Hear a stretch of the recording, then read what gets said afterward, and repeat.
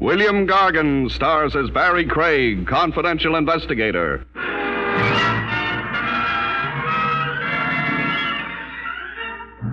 There's one chap around who never fails to electrify you. He sure can turn it on and turn it off. Am I referring to the state executioner, I wonder?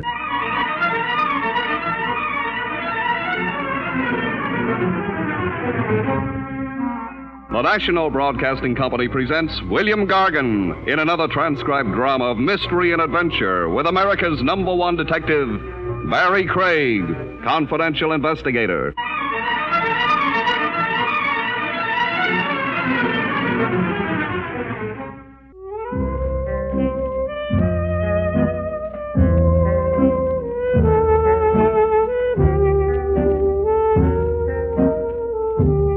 Barrie Craig speaking. A confidential cop enjoys a certain public popularity. He gets haberdashers' circulars in the mail, anonymous threatening letters scented with perfume, and he gets invited to parties.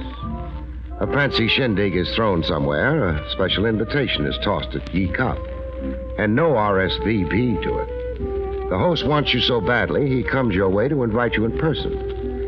My would-be host in this one was Badger Boris, the sort of guy newspaper society columns called a bon vivant in French. Bon vivant meaning Boris slept all day and stayed up all night. And when the cabbage got thin, all he had to do was go to the bank. The short, moon-faced guy who looked like a cherub weaned on pasteurized champagne. You will, of course, be paid handsomely, Mr. Craig. Paid yet for coming to your big blowout. Now I'm really overwhelmed.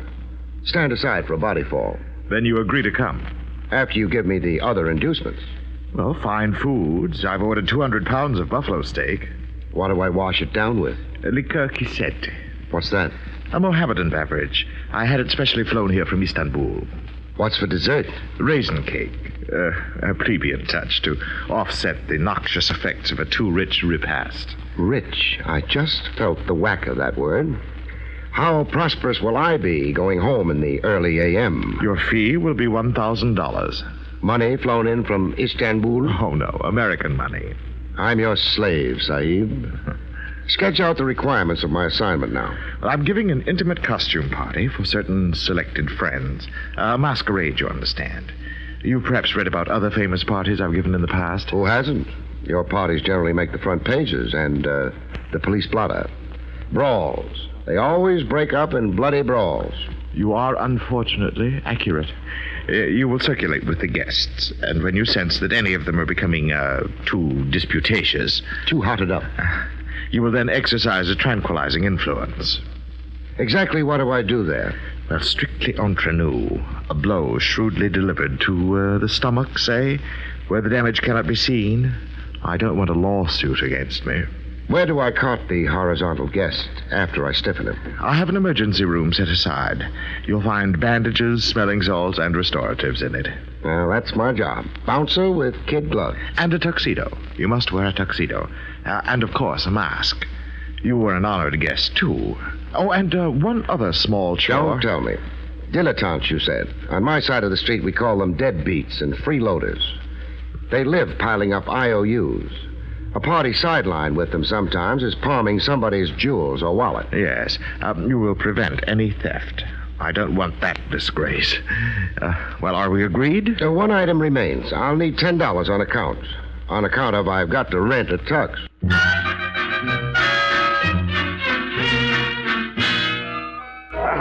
I attended the party wearing a straitjacket, a tuxedo, a mask, and a noose around my neck.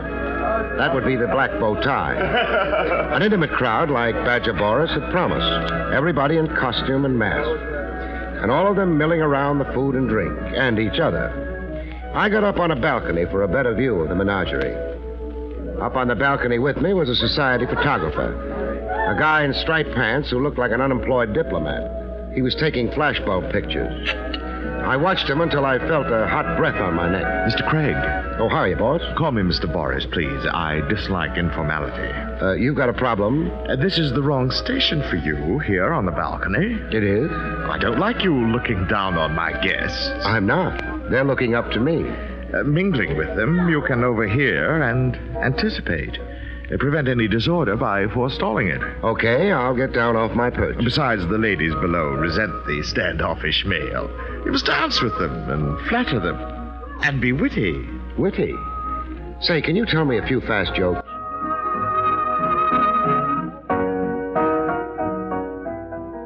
I got down and mingled.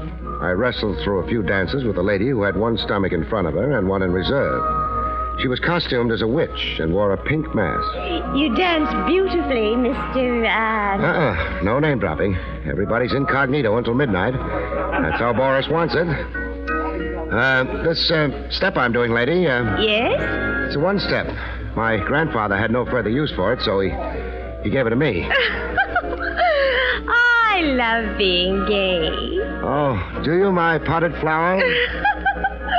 You wit. It is a sharp rapier's thrust. Don't let me slice off too much of your funny bone now.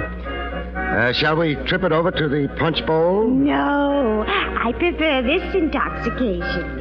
Your strong arm. My barking dogs. Lady, once more around, I'll need an oxygen tent. Why, you are unusually winded. All right, you rest somewhere. My headdress is awry. I'll go repair it. Godspeed and amen. We'll meet out on the patio in 5 minutes. Oh, 20. I don't want to overdo this. In 20 minutes. It will be midnight then. We'll unmask together.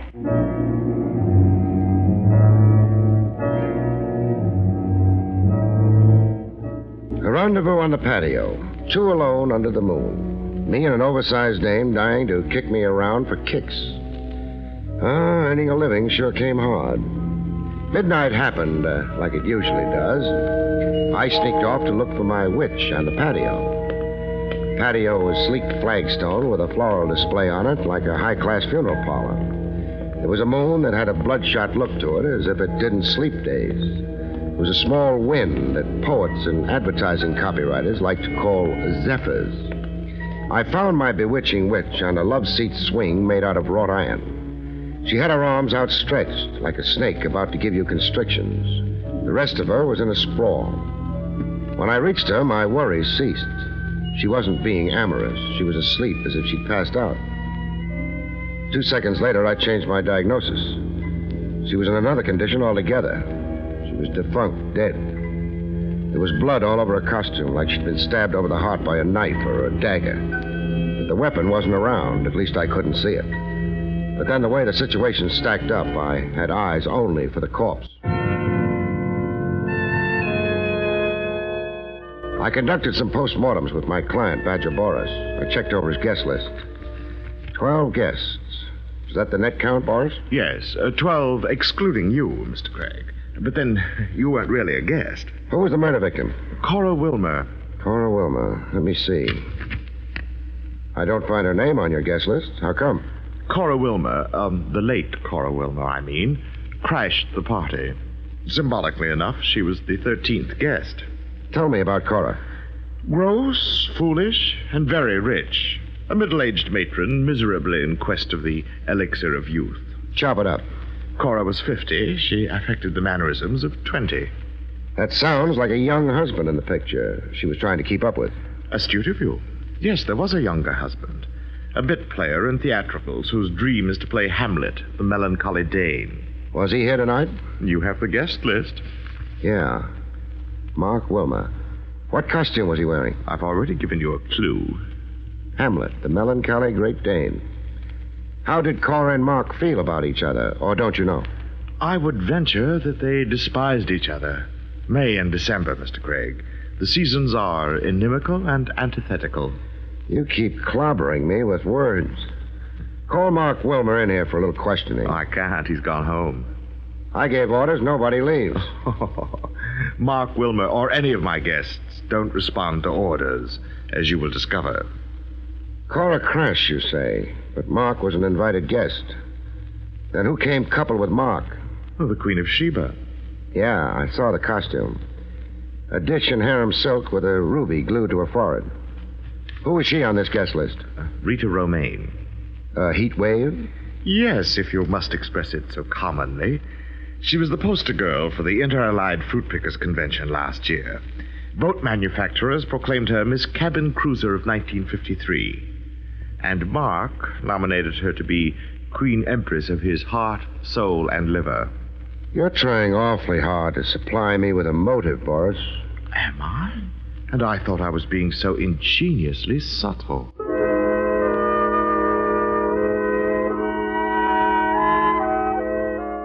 A May-December marriage that ended in divorce by murder, and a doll who won the hearts of married men. I hurried over to the Wilmer house. There was a wind nipping it up, the parlor floor lights were on brightly, and a piano was going. A late hour, kind of, for a piano. It was 4 a.m. I decided not to announce myself. Instead, I crossed the big lawn and found a station just outside the big French windows. There was a hard-looking character inside, standing over the pianist. He had the look of a private eye. I made that guess anyhow. I also guessed the pianist to be the new widower, Mark Wilmer. I got an earful. Wilmer. Yes? You're ignoring me, Sonny. You got lost in Beethoven. Liszt. I'm playing Liszt. Now let's start playing truth or consequences, huh? I hear I lost a rich client. Yes, you have. Cora is dead. But you have a new client now. It's you. Yes, me. Sounds like you're trying to bribe me. I'll be accused of it. They'll say I murdered my wife for her money. Money, and how? A lot of loot falls into your lap. They'll say I did it to be free to marry Rita Romaine. That I was secretly in love with Rita. Which you are, Sonny. They'll subpoena Gurko, a private detective, and put him on the witness stand. And I'll testify the late Cora Wilmer hired me on the QT. I was to check with her once every 24 hours and see if she was still alive. She was that scared. Cora pretended her fear to humiliate me. I've got other facts, Sonny, in my little notebook. I read this off to the court. February 16th at 10 p.m., the defendant, Mark Wilmer, attempted strangling his wife, Cora. Dr. Enright treated her for throat bruises and shot. Cora baited me into assaulting her, to hold a weapon over me, to keep me from ever leaving her. Maybe, but who'll believe you? That's why you're working for me now. Maybe I am, maybe I'm not. You know, what you're asking is a lot, Sonny. I got a big investment in my license. A lot of loot falls into my lap. How much do you like money, Gurko? Oh, who doesn't like money? The bribe has to come pretty high for me to be tempted to forget my duty. It will be high. Even higher than your dreams, Gurko. The big bribe. Offer and acceptance. Some husbands had their own tender way of mourning the dead. I'd really gotten an earful. When the private eye Gurko had wrapped up his deal and scrammed, I walked in through the big French windows and introduced myself to Mark Wilmer. Police persecution is beginning early. Early? Your wife's very cold. She's been dead 100 years. I don't like your informal entrance, Mr. Craig. Next murder, I'll come down the chimney. How long have you been outside those windows? How long? Oh, I only just arrived. Now, that's a funny question. Please get your business over with. I'm dog-tired and verging on collapse. The $64 question. Answer it for me. I did not murder Cora Wilmer. You had motive to. Your marriage wasn't too divine. There was another woman in your life. We had certain incompatibilities, my wife Cora and I. But we reconciled them tonight. We made peace with each other, patched things up, decided to give ourselves another try. But you escorted Rita Romaine to Boris's party. That's untrue. I went to Boris's with my wife. I found Miss Romaine there. That's your story. That's the truth. Boris says otherwise. Why would Boris lie? Ask Boris. I will. What made you reconcile with a wife you obviously, we'll say, disliked? Futility. Cora couldn't be discarded decently in an adult way. She had a way of insinuating herself, taking hold and holding on. I couldn't stand up to the war against her. It was too wearing, too morbid. I realized that and gave up trying to win my freedom from her. You gave up Rita Romaine? I gave up dreaming. But now with your wife conveniently dead? My personal situation isn't improved. It's worse. You mean jail? I mean jail. Not if you're innocent of murder. That won't matter. I'll deny it, but I'll be condemned. The outlook is very black. I married for money. That's a count against me. I had violent scenes with my wife. I loved another woman. That will hang me. Pretty fatalistic outlook. I'm a realist. Hard luck has dogged me since I can remember.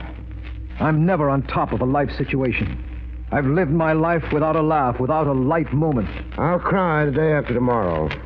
You were Hamlet in costume at tonight's party. Yes, I was. If you like, here it is. The belt around the waist with the scabbard attached. What about it? The scabbard is empty. Where's the dagger that goes with it? Dagger? I didn't know that there was it. Was that how Cora was murdered? A dagger into the heart. Oh. I told you I'd deny it, but I'd be condemned anyhow. A missing dagger in my costume. It's typical of my luck. Then you won't try to explain it? I can't explain it, Mr. Craig. I can't explain it because I simply don't know.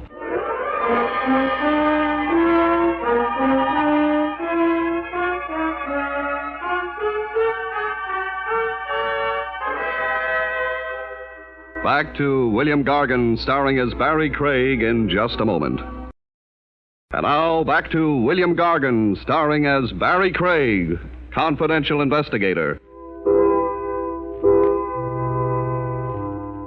A guy on the edge of becoming delirious, you leave him for another day, a calmer time.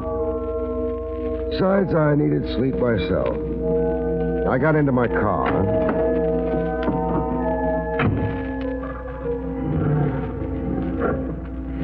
I just pulled away from the curb when I got notice that sleep was going to be a missing ingredient in my future. A try at murder number 2. Yours truly, the victim.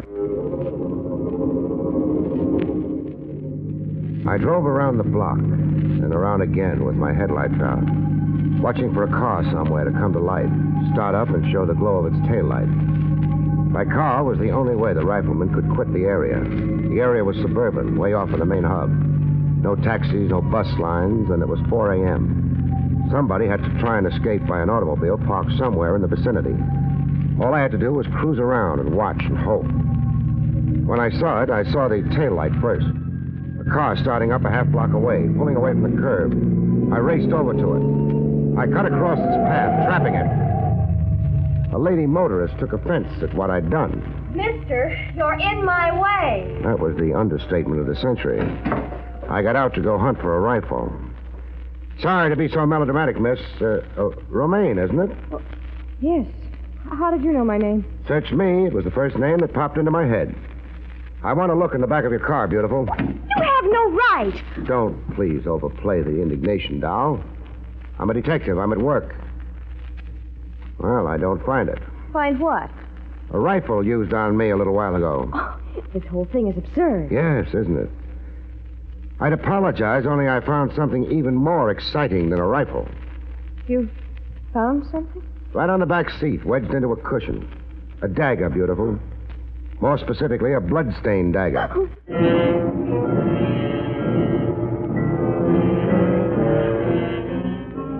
We kept company, the Queen of Sheba and me, in a roadside diner.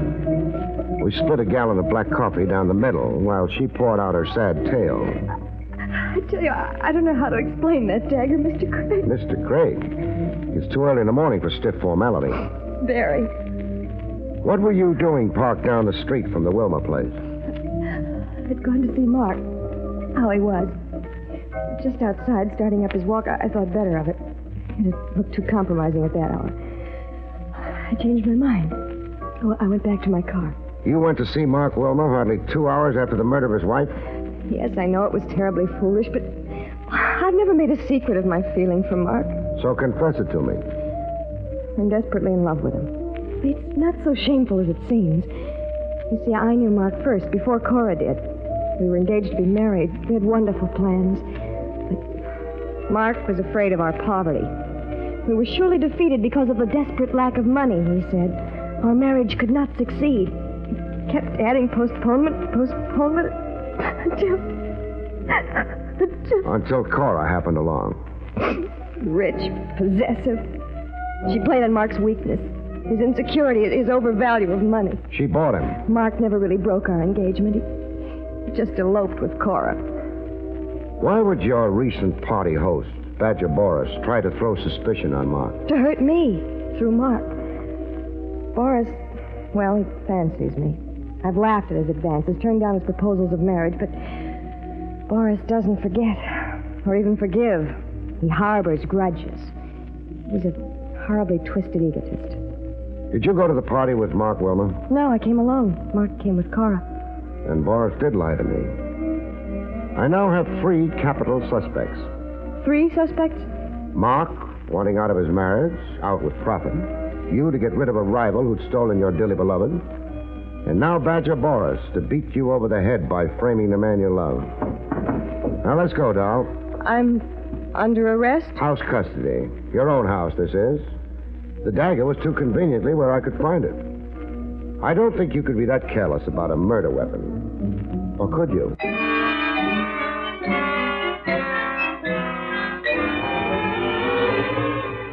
While catching a snooze on my office chair, a visitor barged in. The private eye, Gurko, just a little tipsy, like he'd been celebrating something.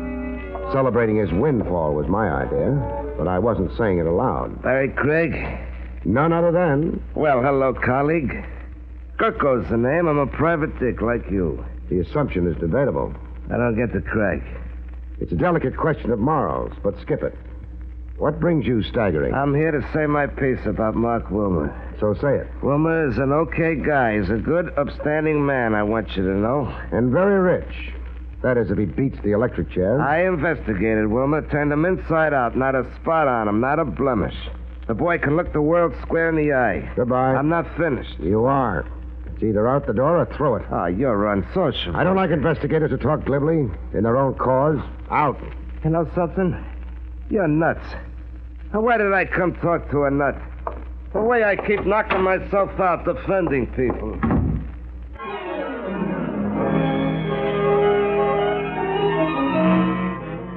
I got Boris on the phone.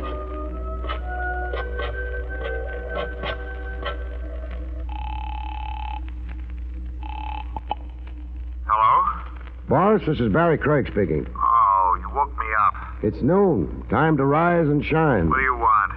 Those party photographs I saw being taken last night. I want them. Why? Well, a lot of reasons. One of them is I want to see if Mark Wilmer wore a dagger and a scabbard on his costume. I'm afraid I must disappoint you. Meaning? I destroyed the pictures. Come again? The party was such a distressing bore, Mr. Craig. Hardly worth the sentiment or memorial of pictures. I dislike preserving dismal memories, so I destroyed the pictures. Do you find me eccentric? Only phony. Phony as a $9 bill. Goodbye.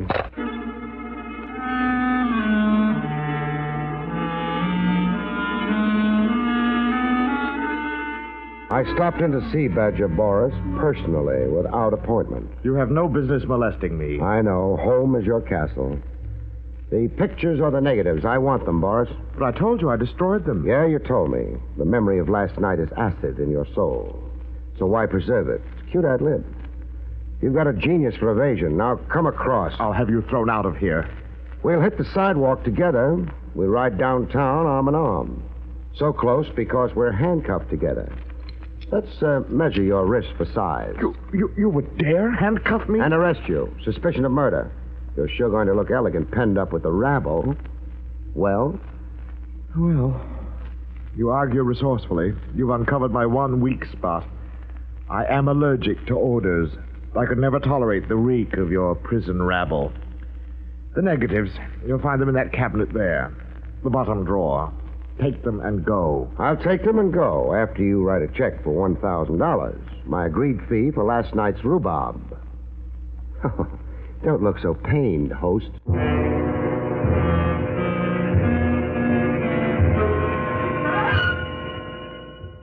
I had the negatives developed, 8 rolls of them. I had them developed with a prayer that my hunch on the film would pay off. When I got a look at the developed pictures, I went traveling. Downtown to a Park Row office with a shingle on it that read the Gurko Agency. I let myself in with a skeleton key to wait for Gurko. I wanted to surprise Gurko with a bang.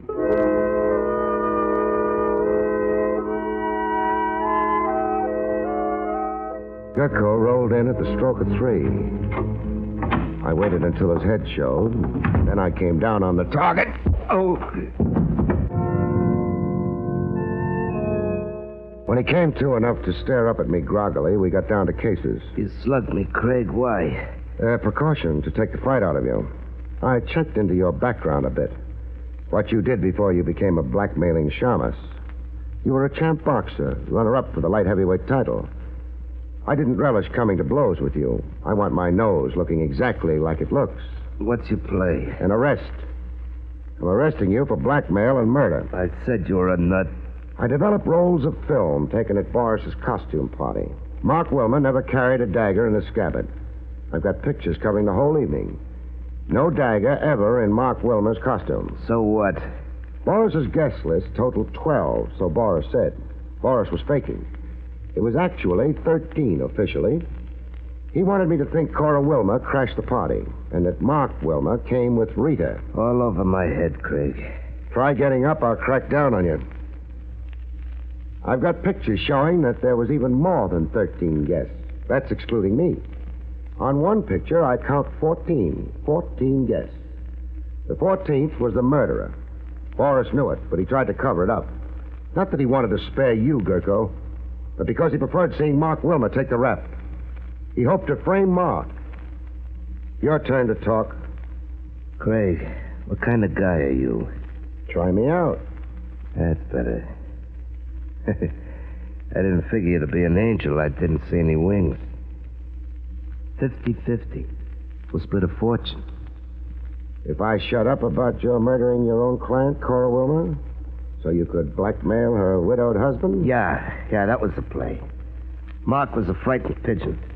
Forget Cora, Craig. Nobody cried when she died. It comes out fine for everybody. Mark and the doll, Rita, they get married. They got dough. And you and me, we got dough. It still needs a fall guy. Boris, we'll pin it on Boris. We'll switch it around. Boris was out to frame a guy he hated, Mark Wilmer. I'll think up a way. Like you planted a dagger in Rita's car? Well, I did that to confuse things, take some of the heat off Mark. And that rifle shot at me? Well, that was to scare you away, only that. Hang the frame on Boris. Make him the fall guy. I think I know a way, Craig. Don't pick your brains too hard. The little gray matter you've got, Gurko, concentrate on how you can beat the electric chair. Oh. It's like that, huh? You suck at me. No deal. You're turning me in, huh? That's right. Why? I could say for the honor of the profession, colleague. But, that would be corny, wouldn't it?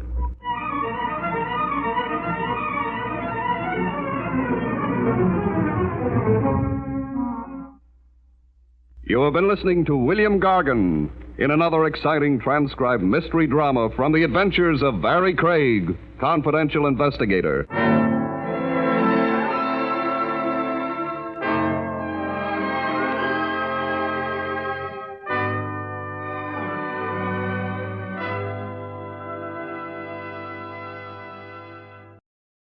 3 chimes mean good times on NBC.